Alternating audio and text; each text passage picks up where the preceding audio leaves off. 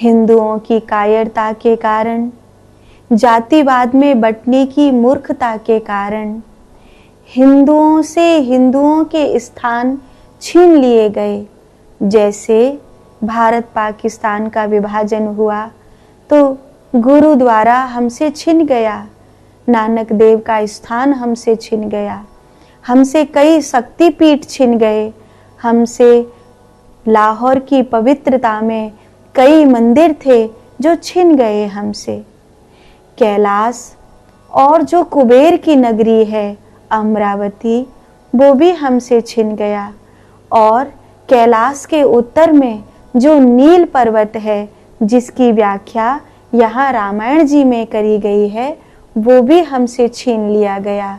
देखते देखते हमसे बहुत सारी चीज़ें, बहुत सारे स्थान छीन लिए गए। इसके बावजूद आज हम किस बात पे लड़ते हैं कि हम यादव हैं, हम ब्राह्मण हैं, हम जाट हैं, हम ये हैं, हम वो हैं। इस बात पर हम विभाजित हैं। हमें विभाजित करके हमारी भूमि को विभाजित करने का षड्यंत्र अब से नहीं, पीछे कम से कम 500 सालों से चलाया गया।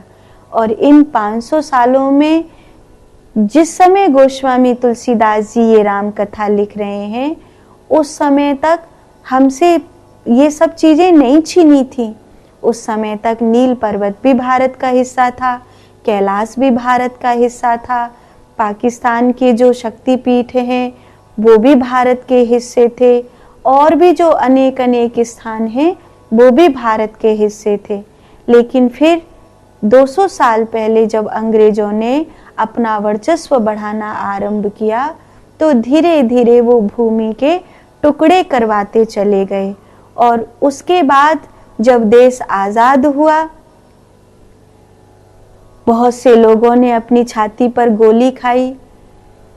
आश्चर्य की बात है, 1558 के आसपास मंगल पांडे ने पहली गोली चलाई थी, और सबसे पहली आज़ाद हिंद की सेना सुभाष चंद्र बोस ने बनाई थी। और ऐसे लाखों लोग हैं जिन्होंने आज़ादी के लिए सब कुछ किया, लेकिन उनका नाम नहीं हुआ। एक ऐसे आदमी का जो बहुत कम उम्र की स्त्रियों के साथ शयन करता, उसकी गरीबी को मेंटेन करने के लिए लाखों रुपया खर्च किया जाता, उस व्यक्ति को महात्मा बना दिया गया। उस व्यक्ति को भारत के हर नोट पर छाप दिया गया। उस व्यक्ति के चरखे के लिए सब कुछ कर दिया गया कि इस चरखे से आज़ादी आई। ऐसा नैरेटिव पेश किया गया, इतने नैरेटिव का प्रचार हुआ कि जन बच्चा यही बात जाने, सबको भूल जाए इतिहास में, केवल यही जाने कि आज़ादी चरखे से आई थी।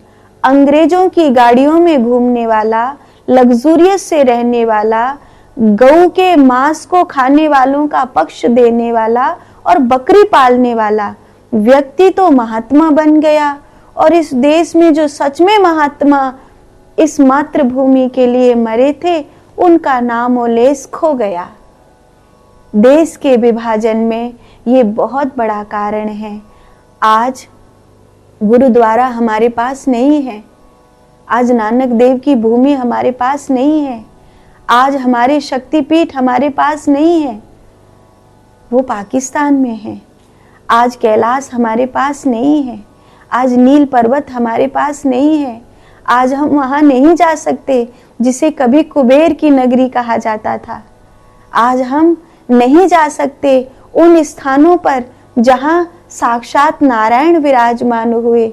वहाँ आज हम नहीं जा सकते जहाँ पार्वती जी ने बैठकर तपस्या करी, जहाँ वो 9 देवियों के रूप में वास्तव में प्रकट हुई। आज हम उन क्षेत्रों में नहीं जा सकते क्योंकि वो भारत में नहीं है अब, क्योंकि वो भारत की सीमा से अलग कर दिए गए हैं, विभाजन कर दिया गया है, हमसे छीन लिया गया है। कम से कम अब मेरे साधक भाई बहन, हमारी पीढ़ी को समझना चाहिए कि हमसे हमारे मंदिर छिन रहे हैं, हमसे हमारे गुरुद्वारे छिन रहे हैं, हमसे हमारे देवी स्थान छिन रहे हैं, हमसे तपस्या की भूमि छिन रही है और हम सेक्युलर होने का ढोल बजा रहे हैं और हम पापियों का पक्ष ले रहे हैं और हम जातिवाद में बट रहे हैं। काश मेरी पीढ़ी को ये बात समझ में आ जाती, काश मेरे भाइयों को ये बात समझ में आ जाती तो मेरा देश वापस सोने की चिड़िया होता, मेरा देश वापस विश्व गुरु होता, मेरे देश में वापस सन्यासी की पूजा हो रही होती। पूरी दुनिया कहा करती थी कि अगर धर्म को जानना है तो भारत जाओ, सन्यास को जानना है तो भारत जाओ। काश हमारी वो महिमा, हमारा वो अस्तित्व वापस लौट कर आ सके, लेकिन ये तभी आएगा जब मेरी पीढ़ी जागेगी, मेरे भाई बहन जागेंगे, मेरे बच्चे जागेंगे। लेकिन वो तो सुनते ही नहीं हैं, वो मेरी कहाँ सुनेंगे। वो फोन में जिन रीलों को देखते हैं उन रीलों में वो मुझे नहीं देखेंगे, क्योंकि उनको इस तरह की शांति, इस तरह की देशभक्ति पसंद ही नहीं है। वो तो आज भी पापियों के हाथ की कठपुतली होकर के खुश हैं, बम फूटते हुए देखकर खुश हैं, युद्ध देखकर खुश हैं। मुझे तो वही सुनेंगे जो युद्ध देखकर खुश नहीं होते, बुद्ध देखकर खुश होते हैं। तो जो ये रामायण में प्रसंग चल रहा है ना, तो जिन जिन स्थानों की चर्चा हो रही है उन स्थानों की चर्चा सुनकर मेरे हृदय में चुभन होती है कि काश ये भारत में होते, काश हर एक साधक भाई बहन वहां तक जा पाता, काश उस स्थान को महसूस कर पाता कि ये वो जगह है जहां काकभूसुंडी जी गरुड़ जी को कथा सुना रहे हैं, ये वो जगह है जहां महादेव पार्वती जी को कथा सुना रहे, ये वो जगह है जहां मेरी माँ पार्वती ने बैठकर कठोर तपस्या करी, ये वो जगह है जहां हिमालय राज रहते हैं, ये वो जगह है जहां कुबेर रहते हैं, ये वो जगह है जहां मेरी माँ के बामन शक्तिपीठ है, ये वो जगह है जहां मेरे गुरुओं ने संघर्ष किया है, ये वो स्थान है जहां मेरे महादेव विराजित हुए हैं। काश हम सब उन स्थानों पर जा सकते, लेकिन कैसे जाएंगे, वो भारत में नहीं है। जब हम शास्त्रों में, रामायण में, गीता में स्थानों को सुनते हैं ना, तो बड़ा मन करता है हम भी तो जाकर के देखें वो कैसा स्थान है, हम भी तो जाकर देखें। और उस जगह पर जो महसूस होता है, आज भी राम सेतु पर राम का होना महसूस होता है, आज भी कुरुक्षेत्र में कृष्ण की गीता महसूस होती है।